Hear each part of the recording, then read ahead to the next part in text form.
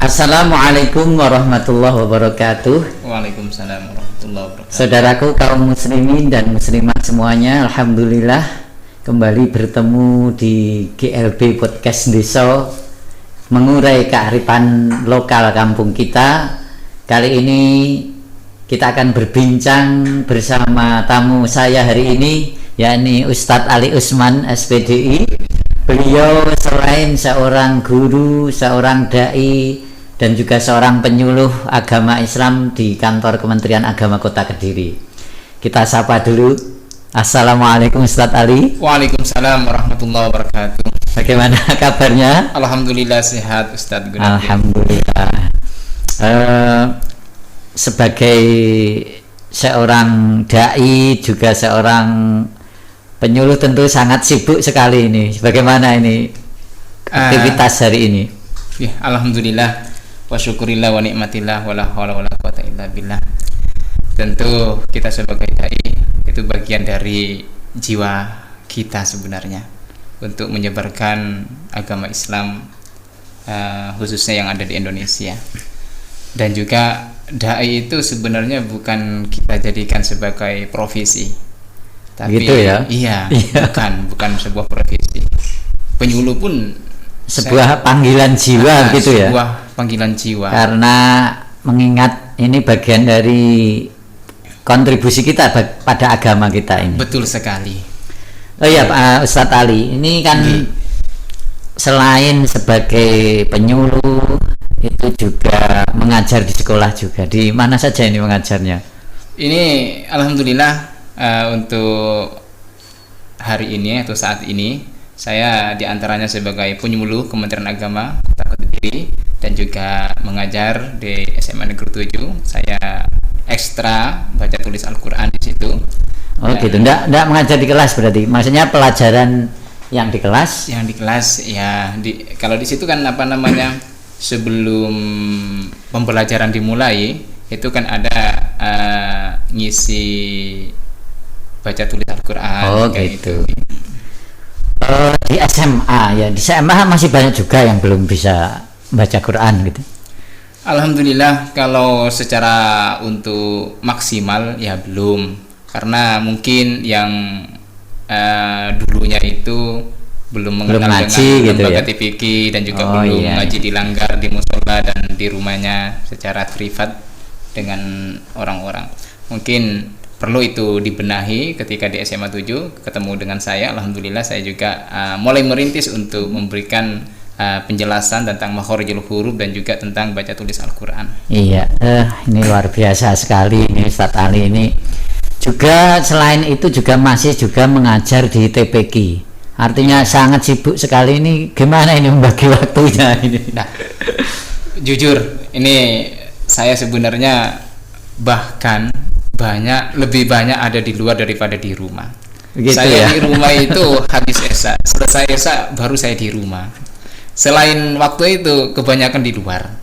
Karena apa? Karena kita pagi berangkat, nanti seumpama kurang lebih jam 15.30 atau jam 16.00 saya ke rumah, mandi, berangkat lagi ke lembaga TPQ sampai jam 5 langsung ke musola sampai bisa esa. Itu ya. Habis esa baru santai di rumah, iya, nemani istri dan anak. Itu enggak protes ya istrinya? Alhamdulillah, istri ibaratnya saya istri kedua.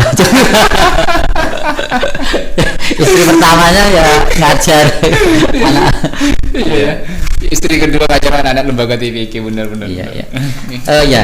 Ustadz Ali ini kemarin sempat ngobrol bahwa jenengan juga membina di tempat rehabilitasi narkoba. Itu di mana ya? Ya, alhamdulillah saya pribadi yang awalnya itu dihubungi oleh pihak IPWL. Apa itu IPWL? IPWL itu instansi wajib lapor ya. Oh iya. Ya. Terkait anak-anak yang apa namanya itu, yang kena narkoba ataupun yang sejenisnya. Di sana nanti dibina, direhabilitasi, dikasih pembinaan dan juga diberikan penjelasan bahayanya narkoba dan juga selanjutnya. Kalau gambaran kita masyarakat umum ini kalau orang kena narkoba itu kan sepertinya sudah keadaannya sangat parah, keadaannya kalau yang ada di Banti ini seperti apa keadaannya? Kalau yang awalnya itu yang pertama kali saya ngisi di sana dengan teman-teman semuanya, bahkan alhamdulillah penyuluh kecamatan kota itu dikasih percayaan sekarang, diberikan kepercayaan oleh. Jadi enggak jenengan sendiri ya? Bukan. Ya awalnya ya saya sendiri, maksudnya yang dihubungi, terus saya itu menggerakkan teman-teman yang lain untuk terjun ke EPWL itu sendiri. Nah di situ ada yang yang pertama itu 3 orang, ada yang dari Mojokerto, Surabaya, dan juga Mojokerto ada 2, Surabaya 1. Nah itu ada yang sudah parah mulai SMP dia melakukan konsumsi narkoba. Tapi yang itu masih bisa diajak komunikasi, itu masih bisa? Masih bisa. Diajak komunikasi itu bisa, tapi kita ini ngasih pembinaan, baik itu materi ataupun yang lainnya, kita tidak bisa awalnya nggak bisa lama-lama. Karena apa? Gitu. Karena setelah saya tanya, kan kalau terlalu lama seumpama jarak antara setengah jam lebih, itu dia merasa pusing atau kayak pokoknya nggak enak gitu. Itu ya, berarti maksimal hanya setengah jam itu aja ya. Yang awalnya seperti itu. Terus di sana itu seminggu berapa kali Ustadz Ali memberikan pembinaan? Kalau yang hari ini, yang bulan ini dan bulan sebelumnya itu setiap hari. Setiap hari ngisi, saya dengan teman-teman itu setiap harinya itu 2 orang. Karena kalau 1 orang ya nggak apa-apa sih sebenarnya 1 orang, tapi di sisi lain biar ada yang melengkapi atas kondisi dari pasien tersebut. Nah, yang saya masukkan materinya itu ada, insya Allah ada 5. Yang pertama itu tentang kerohanian, yang kedua itu baca tulis Al-Quran. Saya ngaji juga.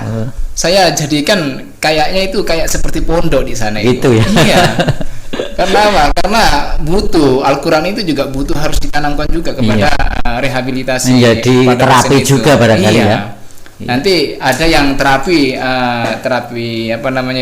terapi Islami yang diambilkan dari Al-Quran juga, dan juga tentang kaitan bahayanya narkoba, dan juga materi tentang pokoknya yang kaitannya dengan sekiranya memberikan kesemangatan atau memberikan motivasi untuk yang sekiranya pasien tersebut itu tetap semangat untuk bisa mau disembuh gitu. Berarti walaupun bagaimana keadaannya harus bangkit ya dari keterpurukan yang sudah terlanjur dan kita mulai kembali dengan kehidupan yang lebih baik. Ya, ini menarik sekali ini Ustadz Ali. Kemudian tentang sejauh ini bagaimana perkembangannya yang jangan dapatkan terkait sudah berapa lama ini pembinaan dilakukan dan perkembangannya seperti apa yang bisa dilaporkan? Alhamdulillah, sebenarnya saya mengisi di sana dengan teman-teman penyuluh kecamatan kota itu mengisinya mulai sebelum Agustus, bulan Juli ngisi di sana 1 bulan, yang 3 orang itu sudah sembuh. Nah, ketika 3 orang itu mau dipulangkan, sebelum dipulangkan kami mewakili penyuluh itu disuruh membuat laporan atau mempresentasikan hasilnya gitu. Nah, hasil baik itu dalam baca tulis Al-Quran, tentang praktek ibadahnya, bacaan-bacaan ubudiyahnya, dan juga yang kaitan dengan karakternya anak atau pasien tersebut itu.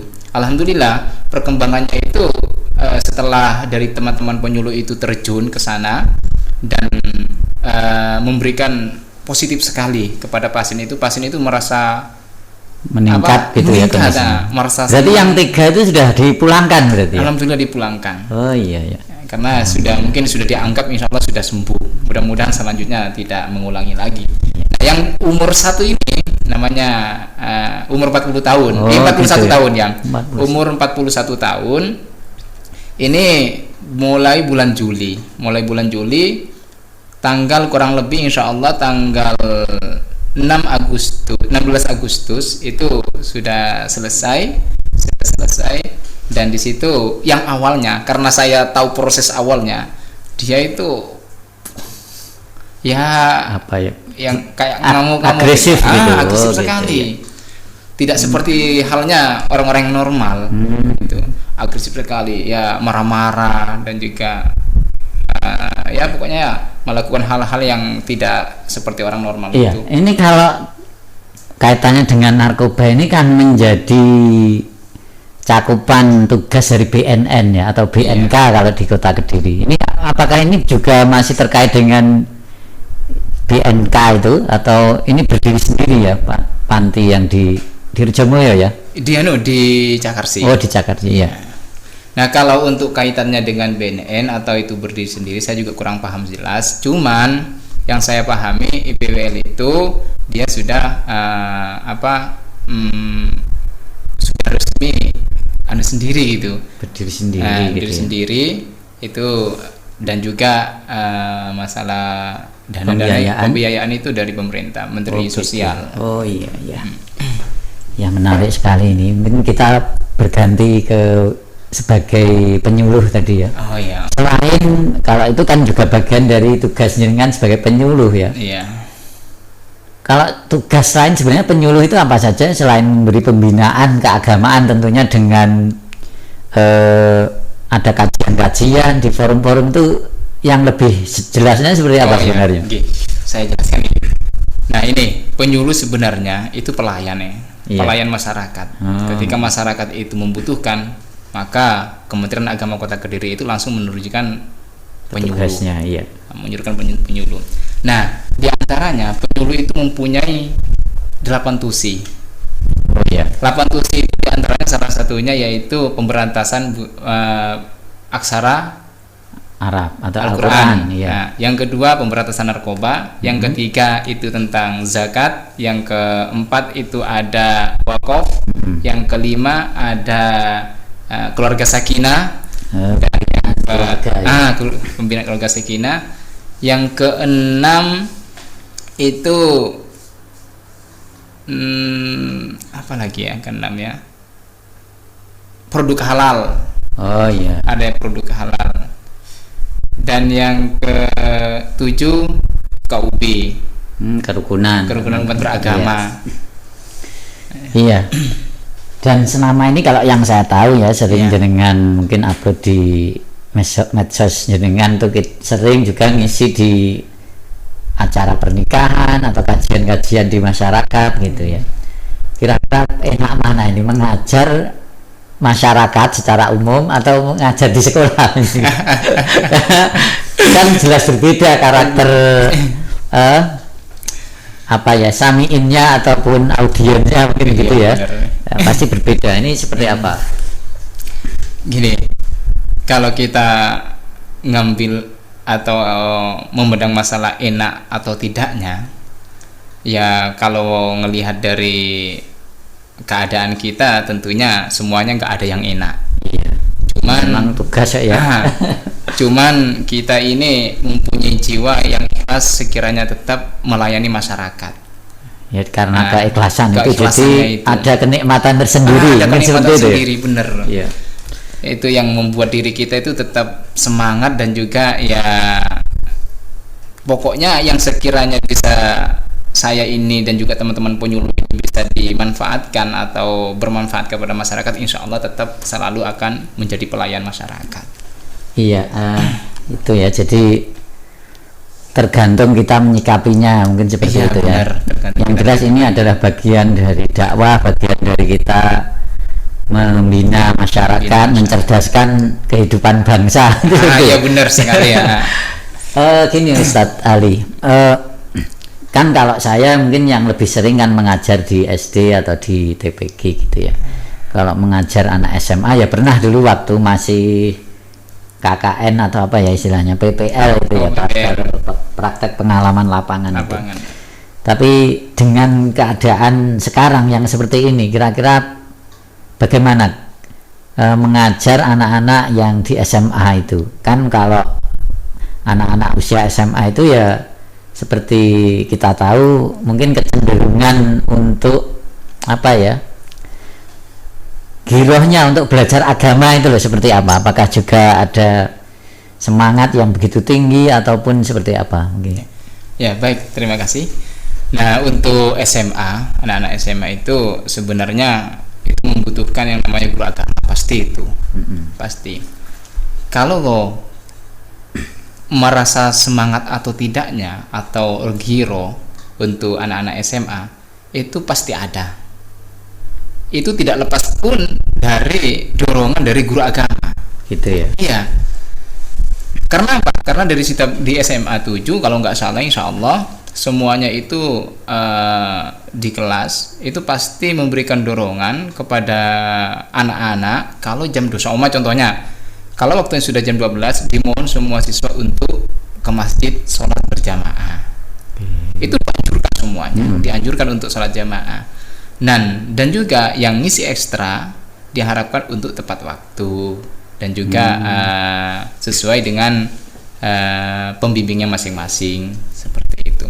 Pasti itu saya lihat dari anak-anak SMA 7 itu mempunyai giro yang tinggi ya. Iya, untuk ya, tapi dengan pengawalan dari para guru, para orang tua juga utamanya itu, insya Allah anak-anak ini pasti juga akan mendapati fitrahnya bahwa sesungguhnya kita itu memiliki nilai-nilai kebaikan yang harus dijaga terus begitu. Benar sekali Ustaz nanti. Benar. Siswa jenengan menyaksikan nantinya pesan apa yang ingin jenengan sampaikan gitu. Baik, untuk anak-anakku sekalian semuanya SMA Negeri 7 walaupun pada masa-masa hari ini masa-masa COVID-19 karena masa-masa COVID-19 ini belum berakhir, maka saya mohon untuk anak-anakku sekalian tetap semangat untuk belajar di rumah, jangan sampai lelah. Maka COVID-19 jangan menjadi penghalang untuk thalabul ilmi, baik itu ilmu agama ataupun ilmu yang lainnya. Dan yang paling penting, anak-anakku sekalian semuanya, jaga kesehatan, sering cuci tangan, keluar rumah tetap menggunakan masker dan pakai sanitizer. Nah, saya harap semua anak-anakku sekalian, karena ini kita untuk memantau secara langsung mungkin tidak bisa, hanya dengan secara online, maka anak-anakku sekalian tetap semangat, jangan sampai kendur rasa semangat kita untuk belajar, baik itu dengan pembelajaran yang sudah ada ketentuan di SMA Negeri 7. Mungkin hanya ini. Itu ya, jadi tetap semangat belajar, kalaupun keluar rumah menggunakan protokol kesehatan. Ini kalau saya menyampaikan kadang selain protokol kesehatan ini harus juga menjaga protokol keimanan. Nah, benar sekali ya, benar. Kita jaga sholat, baca Quran, zikir, termasuk juga berbakti pada orang tua seperti itu. Iya, benar. Iya, Ustadz Ali, ini kan kalau sesuai dengan logat dengan kan asalnya dari Madura ini. Dari mana ini? Saya itu Bawean. Oh, Bawean. Ya, versi. Kalau menyeberang berapa jam itu? Ini ada dua versi. Ada yang 3 jam, ada yang 8 jam.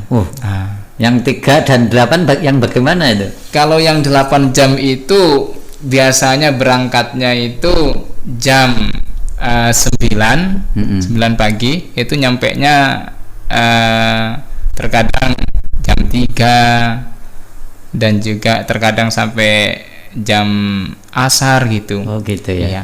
Nah, yang 3 jam itu berangkat jam 9, nyampe ke sana jam 12 sudah sampai. Iya. Berapa bulan sekali atau berkunjung ke rumah atau pulang kampungnya ini? Nah, ini biasanya kalau dulu sebelum berkeluarga itu saya 1 tahun 2 kali. Setelah berkeluarga ya dijadwalkan 1 tahun sekali gitu ya. Istri ya. Dari sana juga? Kalau istri Kediri asli. Dapat putri Kediri. Iya, dapat putri Kediri. Ya, putra sudah? Alhamdulillah, putra masih 1, masih umur 4 tahunan gitu.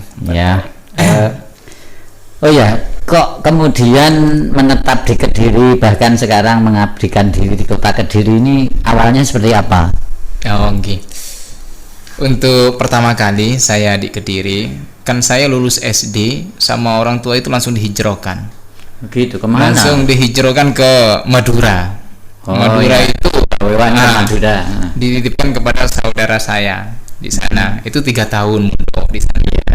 Terus setelah mondok 3 tahun, terus dihijrahkan lagi sama orang tua. Lanjutkan ke Pasuruan Sidogiri. Iya, mondoknya sudah bertahun-tahun. Sidogiri di sana kurang lebih insya Allah 8 tahun.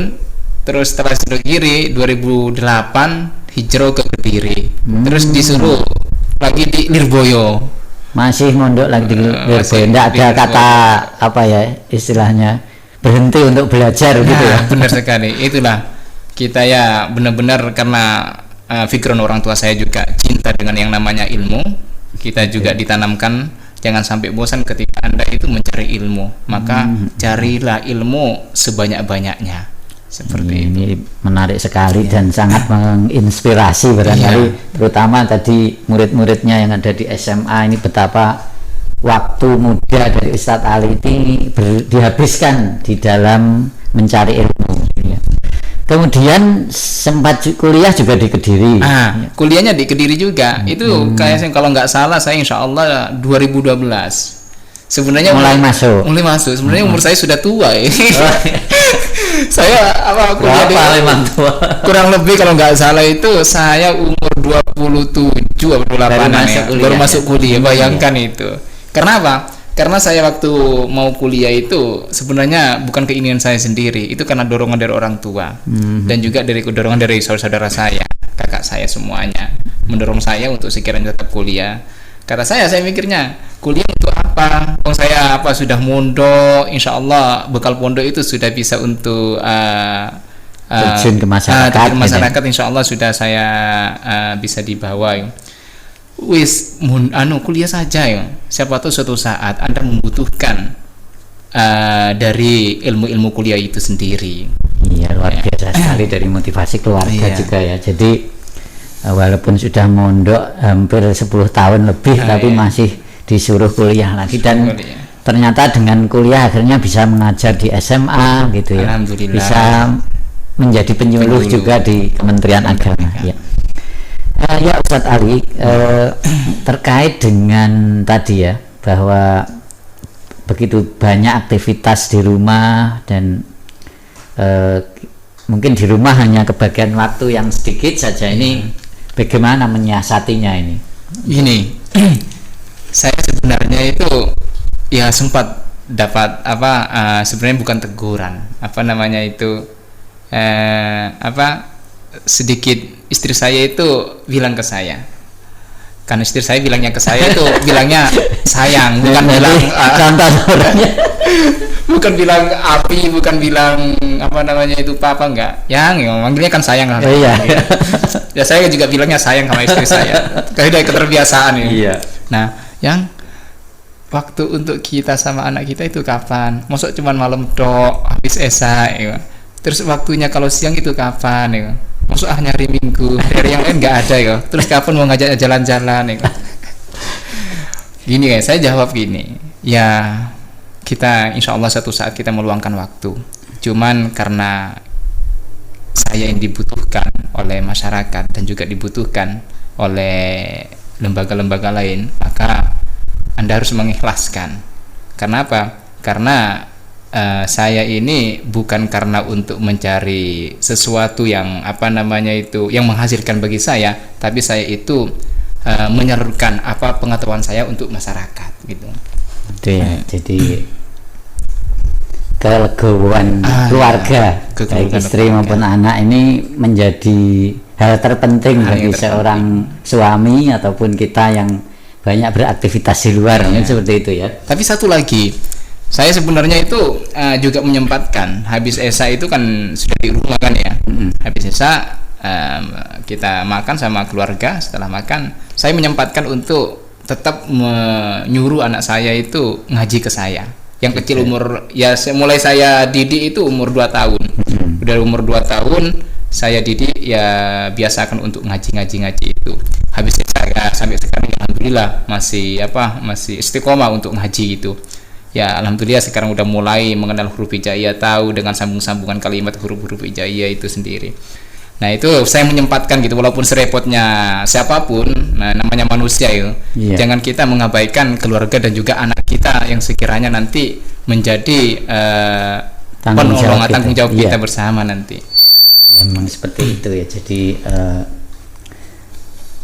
apa yang menjadi tanggung jawab kita juga tidak boleh kita lalaikan. Meskipun kita di luar itu sepertinya tidak akan ada habisnya, tapi bener. Keluarga harus tetap nomor satu gitu. Bener.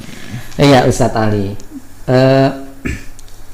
kan selain juga sebagai penyuluh tadi ya, masih dalam sebagai penyuluh itu kan banyak menghadapi karakter masyarakat yang begitu berbeda-beda ya.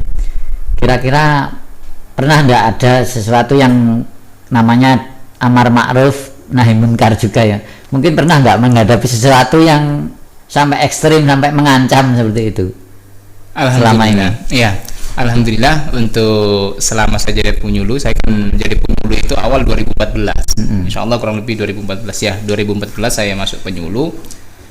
Di situ semenjak saya terjun ke masyarakat menjadi penyuluh, alhamdulillah masyarakat itu sangat menerima sekali. Dan bahkan sangat senang. Karena apa? Karena penyuluh itu memberikan wawasan-wawasan yang mungkin bagi masyarakat itu yang awalnya belum paham, dia mengetahui bisa paham terhadap wawasan-wawasan yang diberikan oleh kami. Nah sampai saat ini alhamdulillah tidak ada yang ekstrim dan semuanya menerima dengan secara legowo dan senang, merasa senang lah. Iya. Jadi tidak pernah ada sampai mengancam fisik atau apa itu, karena memang kita ya dakwahnya secara apa istilahnya, secara halus, secara pendekatan yang komprehensif, pendekatan yang bagaimana supaya masyarakat ini bisa menerima itu ya. Benar. Kita ini ya biasanya terjun ke masyarakat itu kita lihat dulu masyarakatnya itu di lingkungan yang orang tua atau orang yang setengah tua atau yang muda. Nah di situ kita bisa mengatur.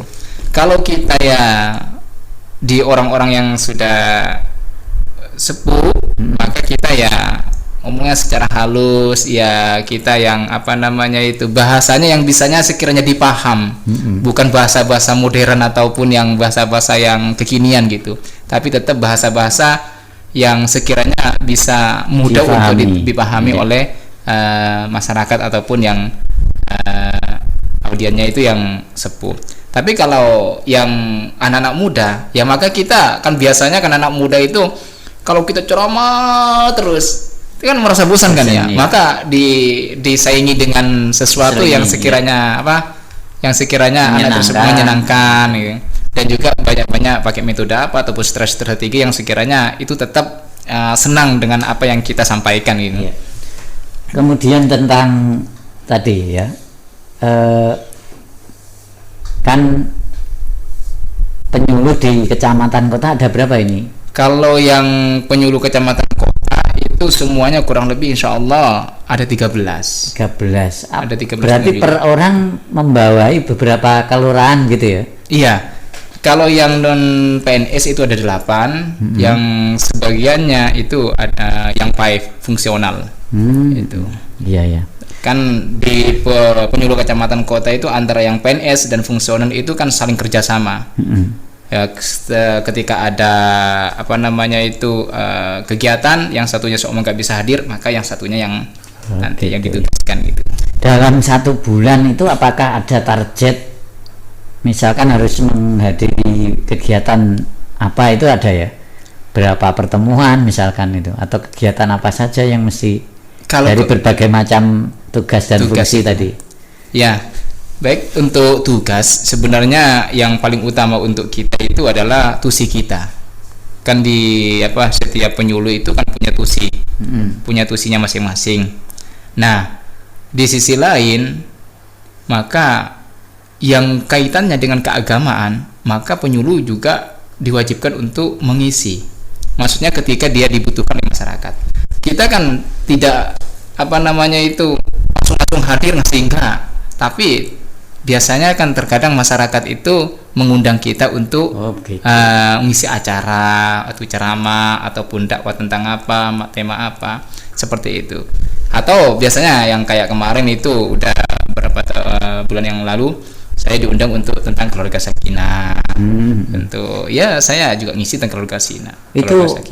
Apa persiapan warga yang mau menikah atau forum keluarga yang sudah menikah kemudian pengen mendapatkan materi keluarga sakinah itu, atau persiapan misalkan?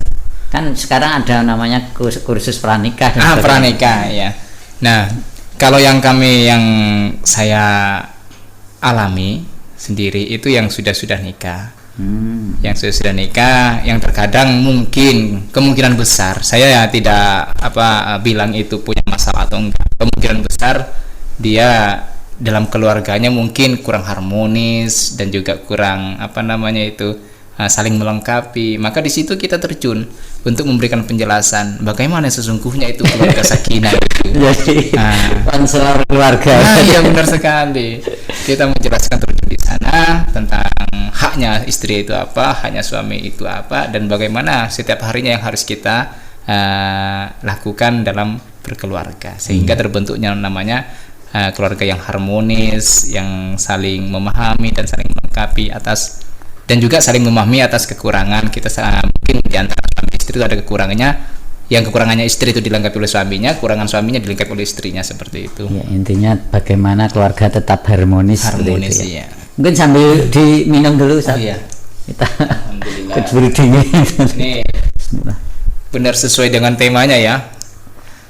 Iya, karena ini mengurai kearifan kampung kita ya, desa. Dan podcast desa ini ya suguhannya ya ala desa. Alhamdulillah. Tadi cari singkong masih belum dapat karena masih menyiapkan tempatnya ini. Iya. Ya ketepatan saya juga dari desa, dari pelosok pantai. Saya Bawian, tapi di Bawian itu pisah sendiri, masih pisah dari Bawiannya. Gili namanya. Oh gitu ya. Gili itu pulau tersendiri. Pulau tersendiri. Berapa luasnya kalau luasnya mungkin kurang lebih itu kalau kita jalan dari arah utara ke selatan itu kurang lebih setengah jaman. Kalau antara timur ke barat, kilometernya kira-kira? Nah, kilometernya itu kira-kira berapa ya? Ya kurang lebih 1 kiloan lah. Berada di tengah laut, gimana suasananya? Kalau pas panas gitu ya, yang merasakan panas sekali itu biasanya siang. Iya. Malam pun panas biasanya, sumuk ya. Iya. Karena dekat dengan laut itu biasanya. Iya. Berarti banyak yang jadi nelayan di sini. Nah, rata-rata nelayan, dan juga paling banyak lagi itu merantau. Ada yang merantau ke Malaysia, Singapura, dan ada yang ke Brunei gitu. Dengan cukup di Kediri saja. Ya. Alhamdulillah. Saya dulu sempat ke istri itu bilang setelah nikah, ayo ke Malaysia ya. Kok istri saya nggak usah jauh-jauh, di Kediri aja. Lebih nikmat di Kediri. Alhamdulillah, setelah saya mengikuti apa yang dikatakan istri saya, ternyata di Kediri sangat nikmat sekali. Iya, di sini berbagai macam kebutuhan mungkin bisa lebih murah gitu ya. Lebih murah, ya, benar. Ya baik, Ustadz Ali, menarik sekali perbincangan kita malam ini, tetapi mungkin kita harus membatasi. Mungkin di lain kesempatan saya ingin juga bicara tentang kejadian kemarin ya, yang sampai harus terjun ke jurang. Di kesempatan yang lain nanti kita bicarakan. Siap. Terima kasih sudah mau hadir di ruang podcast desa ini. Sama-sama. Mudah-mudahan apa yang disampaikan tadi bermanfaat, dan khususnya untuk anak-anak yang tadi menyimak, yang di SMA 7 maupun di masyarakat di tempat dengan bertugas itu senantiasa perhatian terhadap apa-apa yang dengan sampaikan, sehingga tugas yang dengan emban ini bisa tercapai dengan baik. Amin. Saya kira demikian, pemirsa, ini tamu pertama kami yang bersedia hadir di ruang podcast kami ini.